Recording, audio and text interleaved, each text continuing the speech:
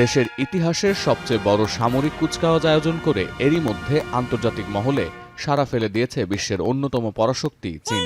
৭০ মিনিটের বিজয় দিবসের এই কুচকাওয়াজে চীনা মিসাইল, লেজার সমরাস্ত্র আর জলে স্থলে সমান শক্তিশালী ড্রোন অবাক করেছে অস্ত্র বিশেষজ্ঞ থেকে নির্মাতাদেরও, বলছে বার্তা সংস্থা রয়টার্স। এবারের বিজয় দিবসের কুচকাওয়াজে প্রথমবারের মতো নিউক্লিয়ার ওয়ারহেড বহনে সক্ষম এবং সমুদ্র, স্থল ও আকাশ থেকে ছোড়া যায় এমন সক্ষমতার ক্ষেপণাস্ত্র প্রদর্শন করেছে চীন।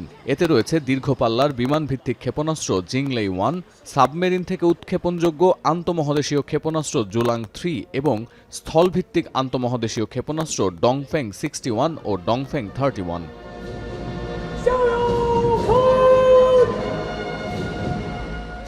চীনের রাষ্ট্রীয় সংবাদ সংস্থা সিনহুয়ার প্রতিবেদনে দাবি করা হচ্ছে, এই হাইপারসনিক ক্ষেপণাস্ত্রগুলো চীনের সার্বভৌমত্ব ও মর্যাদা রক্ষার পাশাপাশি বেইজিংয়ের মুখ্য শক্তি হিসেবে বিবেচনা করা হচ্ছে।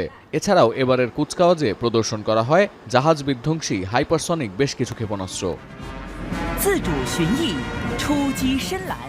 ড্রোন হামলার বিরুদ্ধে প্রতিরোধ গড়ে তুলতে লেজার অস্ত্রেরও নতুন সংস্করণ এনেছে চীন।